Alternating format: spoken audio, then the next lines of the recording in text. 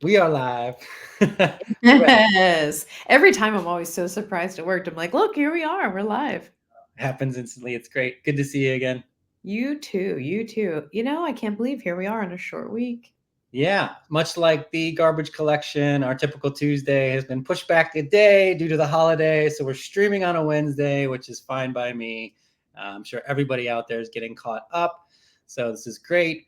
Welcome to Try New Tech with your host, Shannon J. Gregg, and I'm Jason Anthony, where each week we dive into the latest, coolest tech, SaaS, AI products to help you stay ahead of the curve. Like Shannon says all the time, it's like unboxing videos for grown-ups. So today we're super excited, and I got a quick question for you, Shannon. Okay, I'm ready. I hope this gives me a little clue. Two-part question, I guess. First, have you Okay. ever written a blog before? I have indeed. Okay, and approximately how long do you think it'd take you to write an average blog? I mean, it takes a while because you have to think of it, you have to write it, you have to edit it, you have to read it again.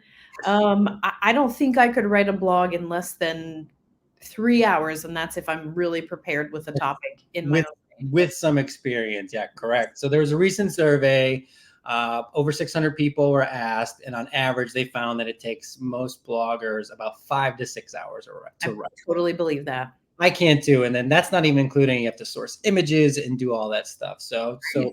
historically on the show, we've been doing a lot of cool, creative things, food, song, right, art, and stuff like that, which is awesome. Today, I think I'd spin it a little bit, and we'll dive into AI content detection. So Ooh. essentially, I got the idea here because you and I as well, we probably use ChatGPT or Claude or some variation to spin up content, right? It's just so easy. And think about how many people out there even listening right now, go straight to GPT, write me an article, which is great. Sure. But on the other side of that coin, how many people are out there just copy and pasting the output, right, into their blogs or onto their website?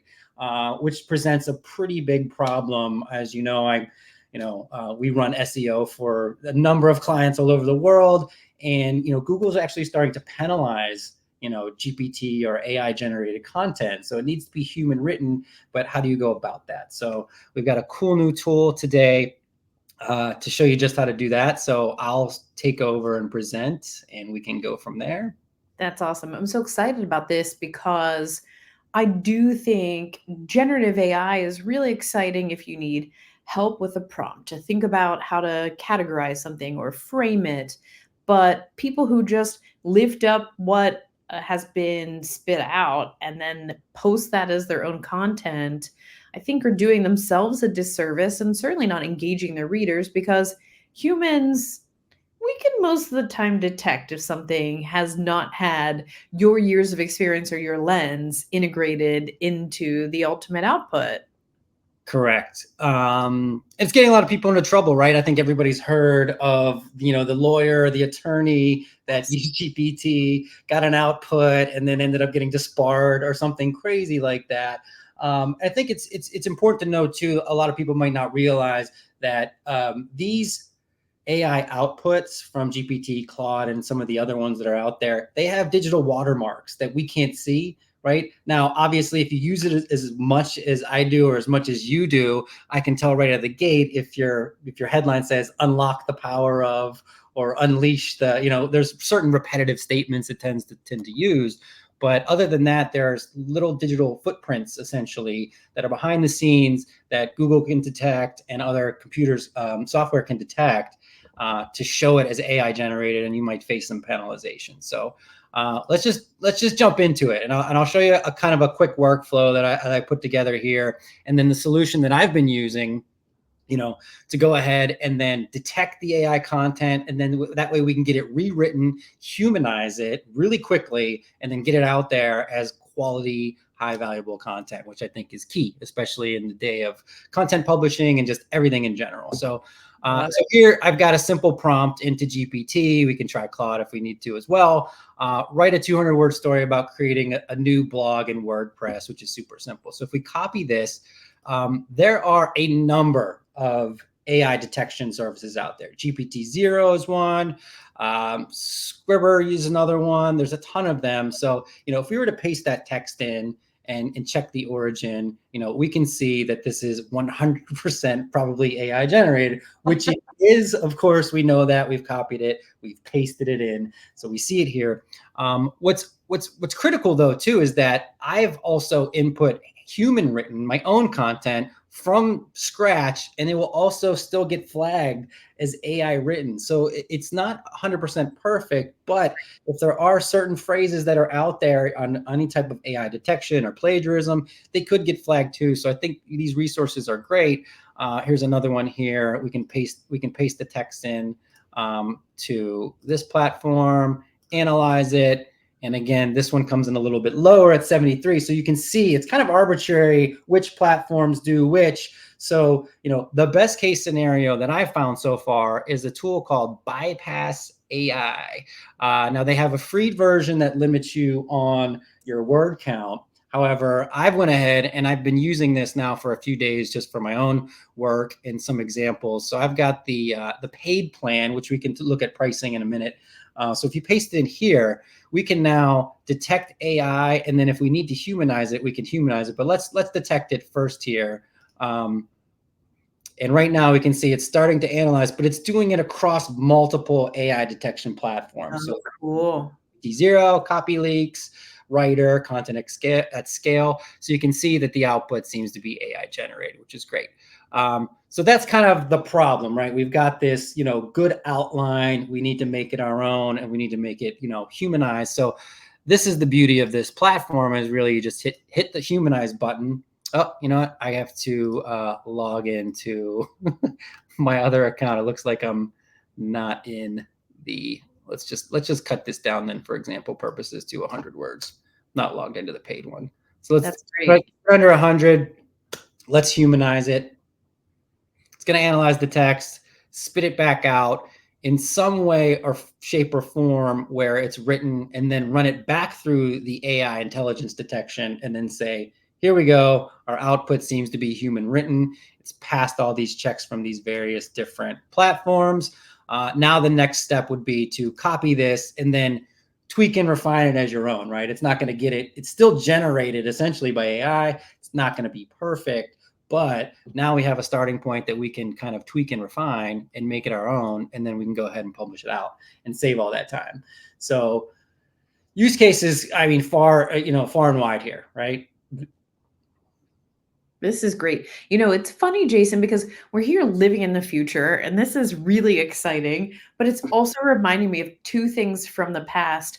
One, when I worked for a wonderful company called In Vivo Data, we had to do backwards and forwards translation because we were, reaching for patient-reported outcomes. And so we would take something in English, have it translated, and then run it back through to make sure that we weren't accidentally creating words. And so this AI detection, let's have AI humanize itself and then run it back through to see what the detection is putting me back there, which may be why I'm triggered to tell you.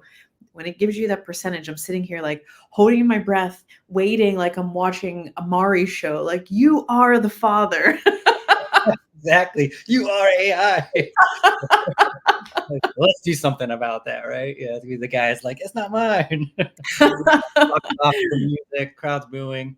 I Yeah. love this. I love this. I think a lot of times what we're looking for, and you and I work a lot with sales and marketing professionals, and everybody's reaching to try to be authentic. And at the same time, they're looking for productivity hacks and ways that they can cut down on the amount of time that they're spending doing these things. And I think this Bypass AI detection tool is really cool because it will allow you to say, hey, guess what? If this is telling you this is 73% chance that it's, generated by, artificial intelligence, people are not going to read it as being authentically you. And that just flies in the face of what sales and marketing professionals are trying to do. I agree, and it's so I think we're becoming more and more dependent on using it as a kind of a crutch too. It's like, hey, well, we can just run this through GPT or run this through Claude, and it gives us an output, and let's just run, let's just go. It's something.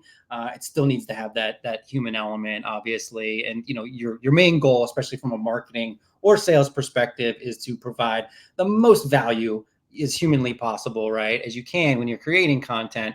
And there's just no way around it. It's going to have to be kind of scrubbed through, that human element. So I think this is pretty cool. I switched over to my paid account, so now we have unlimited words. We can put the whole thing in here. You can see it. The output's even different. Now we've got step 1, step 2, maybe even step 2's missing again. So like, it's not perfect, but it's going to spit out the content in a way that's not going to be detected, and it's going to help you just kind of write that a little bit better. It's also doing some plagiarism checks for free as well too, I think, which is beneficial. And then we can go down and see, we're bypassing the watermarks that I mentioned earlier, right? It gives you a little bit of background on that. And then I think for me as an SEO and for my clients, who we're ranking out there, if they start, I advise every client right out of the gate, like, if we're not writing the content for you and you're writing on your own, do not copy and paste from GPT or any type of AI generated, and that's a bigger conversation too about what's the risk tolerance, right? If you are going to use GPT,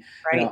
how risk avoidant are you, or how willing are you, how much are you willing to maybe sacrifice, your rankings and your traffic just for easy content or to keep something out there that's fresh. So that's kind of big. So I found this to be extremely helpful tool.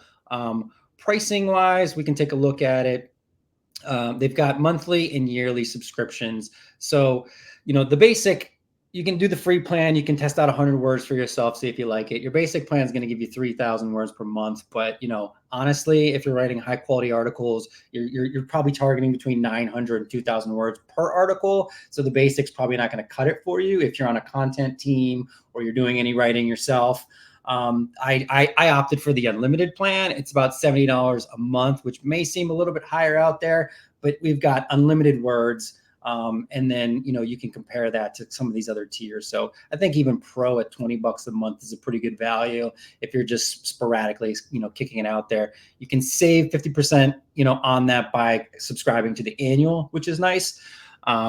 So that's kind of a quick look. I just think it's a super cool way to kind of not only utilize these resources for content, but then scrub them and then get you kind of to a better output that's not going to get penalized, and also, get you creating stuff out there much faster. I love this so much, and I could see where this would be so helpful for anybody who needs to put out written work. So marketers, obviously salespeople, anyone who's creating messaging at all. I know I teach at Point Park, and we actually have some policies around AI. And so I would encourage anybody who's using this to look at your organization's policies around particularly generative AI. But one of the things I love the most about this, Jason, is it is going through and saying, hey, here's how we're going to detect it. Here's how we're going to help you humanize it. And then you, as the human who carries the expertise for the blog that you're writing, is able to look at it and say, does this make sense? Is it still getting out what I want it to? And now if it's optimized for your use case. Yeah, absolutely. I think that's a great example. I'm going to run up. I guess my Claude is running at capacity, so not going to do that. I was just trying another one out here. Let's just say write another one with GPT. This is something I love to do, is to give the same prompt to a few different tools and see what it spits out. I even like to play around with a Snapchat virtual assistant, because they all have different natural language processing capabilities that allow them to say, here's the tone that we're looking for, and here's what this person has prompted you with before. And so one of my favorite nerdy things to do is give the same prompt to different tools to see what it's going to return. Yep. Another cool feature too, I forgot to mention here, is that you can actually kind of tweak your modes, and the modes are going to give you your rewrites based off of, how simple versus how advanced you want it. And then also the purpose too. So do we want it to be general, academic? We've got legal, story, marketing material, business material. So you'll get different variations of the output based off your needs, which I think is pretty cool too. That is really cool. I love that. That is really cool. That's a cool feature. When we're playing around with these features, sometimes we're so impressed by the output that we forget to look at the little navigation bars that give us our different choices. And so I'm glad that you just pointed that out. Yep. So, I've been, kind of playing around with it. I found it to be extremely helpful. And then even as I'm writing stuff, I see myself, now more frequently going back to Bypass AI, copy pasting, even in small snippets as I go, just to double check, right? We're looking for plagiarism. We're looking for AI. Is it going to get flagged? So yeah, it's a super cool resource that I thought would be helpful for some people out there.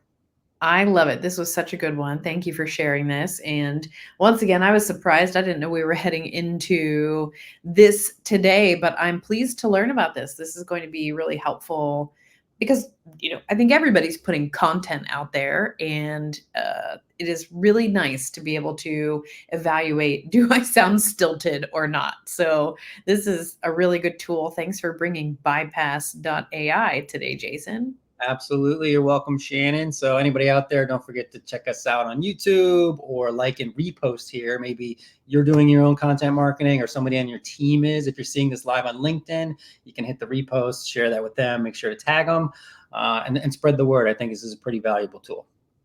For sure. So I think next week is my turn, and we are returning to our typical Tuesday 7:45, right? Correct. Yeah. Do we get a teaser or is it a full blown surprise? It's funny because you took it from our initial sort of 3 episodes were a little more fun, a little more social, and you took it to business this week, and I also am taking it to business next week. So The excited shindig. to show it. Yes, our business shindig is moving along. I love it. There's so many different options out there. Oh my, and, even just like you mentioned, I'm using GPT, I'm using Claude, I've got Gemini. Like I'm just kind of spread all over the place. So these little quick explainer videos are extremely helpful. So I'm looking forward to it. And obviously any productivity hack as well, time super valuable. So Totally agree. Before we sign off, Jason, tell the truth, admit, how many times did you listen to the song Believe by Cher in the past 8 it's days? in my head. It's super funny too. I was flipping through, I think it was like Netflix or Prime or one of those like streaming shows, and it was a preview for The Land of the Lost, which was the Will Ferrell remake. And Yes. it's him and Danny McBride, and they go up and touch the glass, and they have auto tune, and they start singing "Believe" by No. Cher. I'm cracking up like, oh man, we were just talking about this the other day. So, We cannot escape Cher and her Bob Mackie dresses. We're just stuck in Cher, and, there are figure worse out, places to be stuck. we'll either have to get the rights to use it for the show, I know. or go back to our Udio episode and create a share type version of auto tune for us. Okay, that is totally happening. And obviously we're gonna have to listen to it driving in a convertible in Florida. I think that's the only way to do it. For sure. Super cool. Awesome, Shane. Well, as Sweet. always, great to see you again, and Same. do it again very soon. All right, see you next week. See ya.